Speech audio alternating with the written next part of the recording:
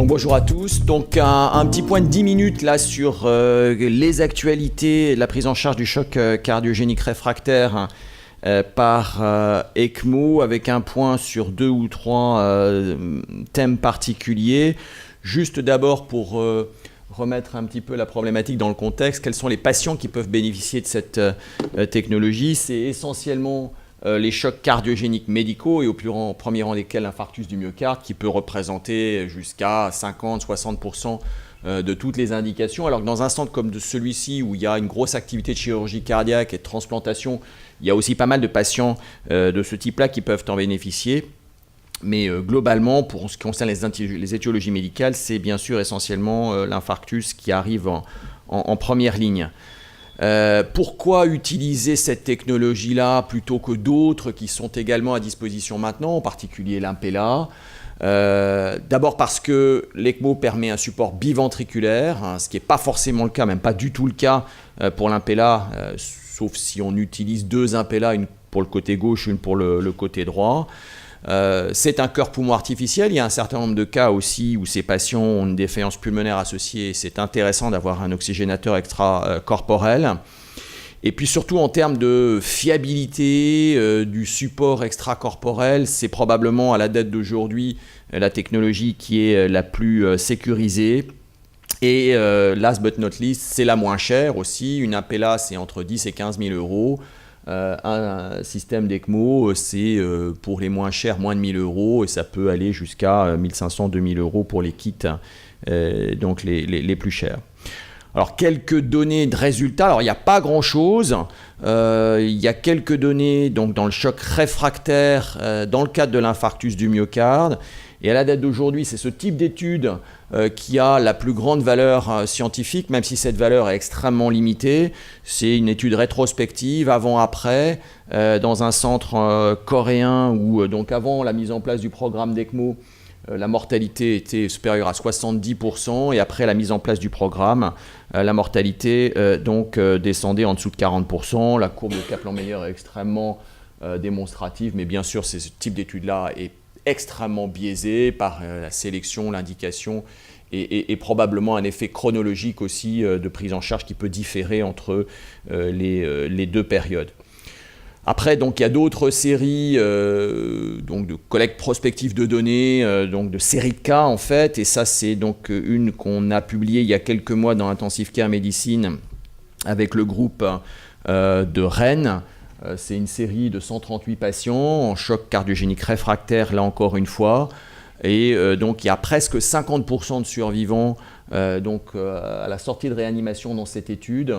Et donc c'est un gain net. Si on se retourne un petit peu en arrière, il y a une dizaine d'années, la survie dans cette indication-là était autour de 18-20%. Donc on a probablement progressé un petit peu, peut-être parce qu'on a optimisé la sélection des malades initialement et aussi améliorer la prise en charge. La sélection, donc on a dans les 2-3 dernières années aussi un certain nombre de scores qui ont été fabriqués donc pour prédire la survie de ces malades.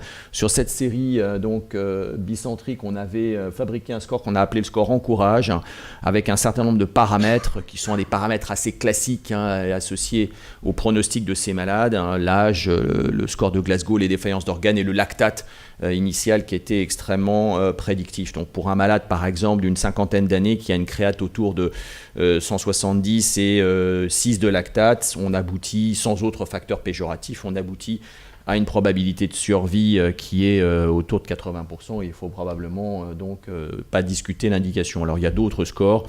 Celui-là est un autre score qui a été fabriqué sur la base, le registre américain ELSO, sur une série beaucoup plus importante de malades, avec des paramètres finalement qui sont assez voisins. Et il y a un site internet qui s'appelle safescore.com où on peut estimer donc la probabilité de survie d'un patient au moment où on prend la décision. Alors il ne faut pas attendre trop de ces scores, plus en tout cas qu'ils ne peuvent fournir d'indications. Ils sont peut-être intéressants après en termes de d'évaluation des résultats d'un centre plus que pour une décision individuelle, peut-être éventuellement pour ne pas décider de la mise en place d'une ECMO si on a vraiment l'impression qu'il y a futilité. Alors quelques points maintenant d'intérêt et d'évolution des pratiques, et en particulier ici à l'Institut de cardiologie. Un point d'abord sur la cannulation, et on a beaucoup évolué dans les 2-3 dernières années sur les techniques de cannulation. Ça, c'est la technique habituelle mini-chirurgicale avec dissection et abord direct des vaisseaux fémoraux et donc introduction de canule par Seldinger, mais sous contrôle visuel après donc abord des vaisseaux fémoraux, pour une technique maintenant strictement percutanée, au mieux guidée sous contrôle échographique.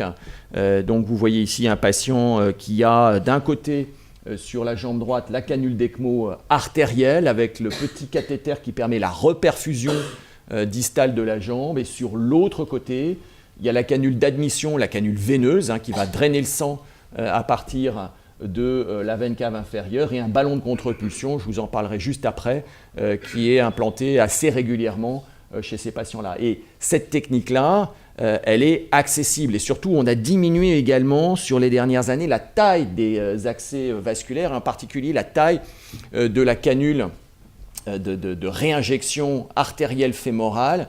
On avait des canules de 19-20 French il y a quelques années. Maintenant, on a des canules beaucoup plus petites. Ça, c'est un papier de Hiro Takayama qui est donc dans le groupe de la Columbia à New York, qui montre là aussi sur une étude avant-après en utilisant des plus petites canules que bien sûr, il y a moins de complications, en particulier vasculaires, moins d'hémorragie, moins d'infection. Et surtout, l'abord strict percutané permet de diminuer de manière très significative les retards de cicatrisation qu'on a parfois avec ces malades qui avaient une cannulation strictement, mini-chirurgicale. L'autre avantage, c'est que là, en termes de diffusion de la technologie, en particulier dans les laboratoires d'angioplastie, cette technique pourrait être mise en œuvre beaucoup plus facilement en termes de cannulation, en tout cas par les cardiologues interventionnels.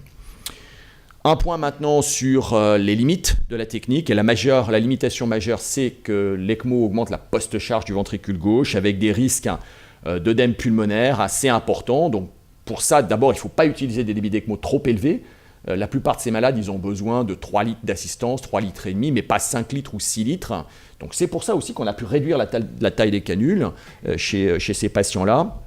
Et malgré ça, il y a un certain nombre de malades qui vont développer quand même de l'œdème pulmonaire, qui est une complication attendue mais grave chez ces patients-là. Et on a évalué depuis quelques années l'intérêt de l'addition du ballon de contre-pulsion à l'ECMO chez ces patients-là pour diminuer la post-charge du ventricule gauche, la déflation du ballon, créant un effet de succion, diminuant donc la post-charge du ventricule gauche. C'est ce qu'on a fait sur une première étude physiologique proof of concept sur une douzaine de malades, où le ballon était mis en place. Un certain nombre de mesures étaient réalisées, en particulier ces patients avaient une Swan-Ganz qui permettait de mesurer la pression artérielle pulmonaire d'occlusion. Le ballon était arrêté, on refaisait des mesures, il était remis en marche une demi-heure après et on refaisait de nouveau des mesures. Et donc on voit ici que l'arrêt du ballon de contre-pulsion est associé à une augmentation significative des pressions de remplissage, tout particulièrement pour les malades pour lesquels la PAOP initiale était élevée, supérieure à 15 mm de mercure. Il y a des données de registre récentes qui montrent que l'association d'un ballon de contre-pulsion à une ECMO-VA serait potentiellement même associée à une réduction de mortalité dans la prise en charge de ces patients-là. Ça, c'est un registre japonais sur un peu plus de 1000 malades qui suggère cela. Et donc ça, c'est l'étude la plus récente qu'on a réalisée dans le service, où on a regardé notre expérience là sur les 7-8 dernières années. Et surtout, il y a eu une transition vers absolument aucun ballon utilisé à maintenant quasiment 90% des malades qui ont un ballon après la mise en place d'une ECMO. Et dans cette étude, donc avant-après, on a donc à peu près un tiers des malades qui avaient bénéficié donc de la mise en place du ballon. Donc avec une augmentation bien sûr là sur les années 2007-2012 de la mise en place du ballon. On a travaillé avec les radiologues là, du site pour une analyse en aveugle donc des radios de thorax dans les jours qui suivent la mise en place de l'ECMO, et il a été mis en évidence une diminution extrêmement significative de l'apparition d'œdème pulmonaire, donc après la mise en place de l'ECMO, à condition qu'elle était associée à un ballon de controcution chez ces malades-là par rapport à ceux qui n'en avaient pas bénéficié. Il y avait aussi, je ne vous montre pas les résultats ici, une très forte tendance vers une réduction de mortalité en analyse multivariée aussi, donc à l'association par le ballon. Alors le ballon, ça ne suffit pas toujours. Quand ça ne suffit pas, bon, il faut aller drainer directement les cavités gauches, et c'est probablement l'impella qui, à la date d'aujourd'hui, la meilleure solution. Il y a même un papier qui montre que l'addition d'une impella à une ECMO d'emblée, donc c'est une petite cohorte aussi donc rétrospective, semble associer un meilleur pronostic, mais là aussi avec un coût qui est bien supérieur. Pour terminer, un mot du sevrage. Donc il y a quand même un certain nombre d'informations intéressantes dans cette dernière cohorte. C'est que parmi les patients qui vont survivre, il y en a plus des 2/3 qui vont pouvoir être sevrés complètement de l'ECMO. Et ça, il y a des phénomènes de sidération myocardique sur des infarctus étendus initiaux, avec une récupération suffisante qui va permettre le sevrage sans avoir recours ensuite à une assistance de longue durée ou a fortiori à une transplantation. Ça aussi, c'est des éléments encourageants. Bon, on avait, il y a quelques années, testé un certain nombre de facteurs échographiques prédictifs du succès d'une épreuve de sevrage, et c'était essentiellement sur l'intégrale temps-vitesse du flux sous-aortique et sur des données de tissu Doppler tissulaire mesurées à l'anneau mitral, que l'on avait les meilleures valeurs prédictives, et on avait utilisé cet algorithme, donc on avait défini et publié dans une revue dans Intensive Care Medicine. Le dernier point, un certain nombre de médicaments peuvent éventuellement faciliter le sevrage. C'est le cas potentiellement d'Ilevocimendant. Et j'ai déposé un PHRC national là, dont la lettre d'intention vient d'être acceptée. On a soumis donc le projet donc, à la deuxième phase du PHRC, dont l'idée est de faciliter donc, le sevrage de l'ECMO véno-artériel chez ces patients en état de choc cardiogénique, pour les patients bien sûr avec un potentiel de récupération. Et donc en regardant pas la mortalité, parce que je pense qu'il n'y aura jamais de différence de mortalité, mais sur la durée d'assistance, avec un modèle à risque compétitif, le décès, la survie et donc le sevrage précoce. Voilà où on en est. On a un certain nombre de données, c'est intéressant, mais donc on a besoin de données scientifiques permettant de porter des recommandations de meilleur grade que les dernières de l'ESC, où on n'a qu'un grade 2B pour ces machines d'assistance dans le choc cardiogénique. C'est-à-dire qu'on peut le faire éventuellement, mais sans idées et données scientifiquement prouvant le bénéfice. Donc c'est pour ça qu'on a besoin aussi de réaliser cette étude, pour laquelle on a ensemble, les équipes du bâtiment, obtenu un PHRC il y a un peu plus de 2 ans maintenant, l'essai encore, donc d'utilisation d'une stratégie précoce de mise sous ECMO. Et donc on est en train de travailler activement pour essayer de faire démarrer ce protocole. Maintenant, j'espère, le plus vite possible, mais on aura besoin d'un petit peu le support de tout le monde. Et pour terminer, donc, un petit mot aussi pour le congrès TCS ECMO qu'on organise, mais c'est dans quelques temps maintenant encore, fin juin prochain à l'USCP. Voilà, merci beaucoup.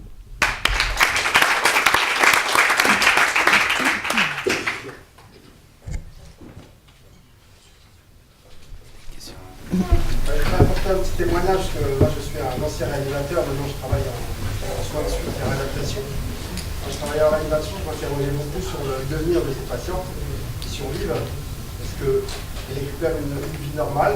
Donc je peux témoigner maintenant que, effectivement, lorsqu'ils n'ont pas fait de grosses complications, on a vu des patients qui se retrouvaient avec des paraplégies, avec des lésions vasculaires, des patients qui ont des complications vasculaires sérieuses au niveau fémoral, mais ceux qui survivent récupèrent en général des neuromyopathies et évoluent quand même assez favorablement.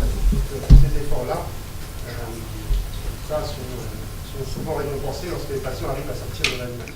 Tout à fait. D'ailleurs, dans le papier là, que j'ai cité tout à l'heure, il y a aussi une évaluation du devenir à long terme des patients survivants. Bon, c'est clair que les premières semaines, les premiers mois, il y a un déficit en termes de qualité de vie lié aux items physiques qui récupèrent progressivement avec le temps, et un certain nombre de ces malades qui ont des séquelles aussi, vasculaires. Ça, il y a un prix à payer, mais peut-être qu'avec des stratégies un peu moins invasives, des plus petites canules d'ECMO, on aura clairement moins de complications, c'est sûr. C'est quoi la durée moyenne de vos patients sous ECMO quand vous avez comme ça des chocs Alors en moyenne, pour les ECMO véno-artériels en service, tout compris, toute pathologie confondue, c'est une dizaine de jours. Mais on disait, Gilles a fait une angioplastie, un malade il n'y a pas très longtemps, c'est 48 heures. Hein. Le patient, il était en choc cardiogénique, le cœur bougeait plus, et en 48 heures... Il est donné mort. Ouais, donné mort. Enfin, jamais juré à 100%, mais là, franchement... Ouais. Et c'est compliqué à la prédiction, le pronostic des malades en médecine. Hein. Les paraplégies, paraparésies, c'est fréquent. On a vu quand même une ou deux passer, mais... On en a vu quelques-unes. Et c'est l'ECMO ou c'est le choc?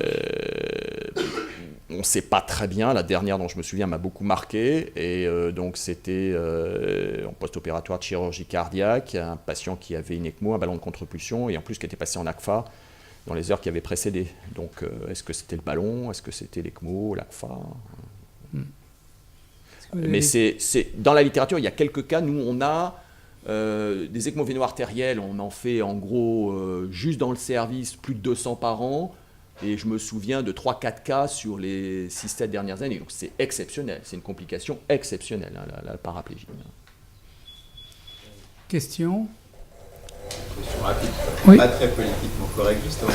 La question c'est, comme on a recours à l'ECMO assez facilement, est-ce que tu penses que de temps en temps, puisqu'on a la technique, on n'y va pas un peu trop vite parce qu'il y a quand même des complications vasculaires, on aurait peut-être pu donner un peu plus de chance? Ouais. Alors moi je retourne le problème. Si on y va trop tard, on met l'ECMO sous massage. Et dans notre expérience, la mortalité c'est x20. Voilà, après, encore une fois, moi je pense vraiment qu'on doit progresser en termes de mini-invasif et faire vraiment que du percutané éco-guidé pour mettre en place des canules vraiment avec le moins de toxicité, nocivité possible. Mais bon, oui, bien sûr, il y a une morbidité. Et donc c'est une balance bénéfice sur risque. Après, les indications sont parfois un peu compliquées à poser, mais il ne faut pas se tromper, parce que quand on attend et que c'est la nuit, à 2h du matin, qu'on a l'arrêt cardiaque, c'est vraiment compliqué après. Ouais. Et l'ECMO sur le trottoir par l'équipe du SAMU On peut ne pas être politiquement correct. Mais non, mais c'est pour ça on y est, allons-y. C'est fini. Non, mais... Alors, c'est techniquement faisable, éthiquement contestable et économiquement injustifié. Mettre une ECMO place d'Italie ou dans le métro même à Duroc, hein, alors qu'on est capable d'amener le patient dans les 7-8 minutes à la Pitié-Salpêtrière, ça n'a pas de sens. Le problème, c'est qu'il y a un changement de paradigme. Et donc, il faut sortir du modèle stay and play. Le SAMU envoie des docteurs et les paramédics, les pompiers ne bougent surtout pas avant que les docteurs soient arrivés, à un modèle où, dans l'arrêt cardiaque, un choc, deux chocs, au bout de 10 minutes, le malade n'est pas reparti. C'est le SAMU, les pompiers qui amènent le malade le plus rapidement possible dans un centre où c'est possible de le faire. Alors, il faut probablement que le malade soit apparemment pas trop vieux, pas trop pourri, et que ça soit un rythme choquable initialement, qu'il y ait eu un bystander, enfin, qu'il était massé tout de suite, qu'il y ait eu toute la séquence avec les événements favorables. Et dans ces cas-là, oui, il faut tester. Alors, le SAMU de Paris a un essai randomisé, où ils randomisent les malades à la date d'aujourd'hui, ECMO donc sur site, où ils envoient leur équipe mobile, versus le malade est transféré donc à Necker, hein, c'est là où ils mettent en place leurs ECMO, pour mise en place de l'ECMO donc à l'hôpital. Mais c'est biaisé parce que on ne dirige pas les malades le plus rapidement possible. Le processus est le même, sauf que le malade est transféré à Necker pour mettre en place l'ECMO. Donc il y aura de facto, par cette stratégie-là, un délai de low flow qui sera plus long, donc un pronostic qui sera moins bon. Donc c'est pas cet essai-là qu'il fallait faire. Mais encore une fois, c'est touchy, hein, ce genre de discussion avec nos amis du SAMU. Ouais.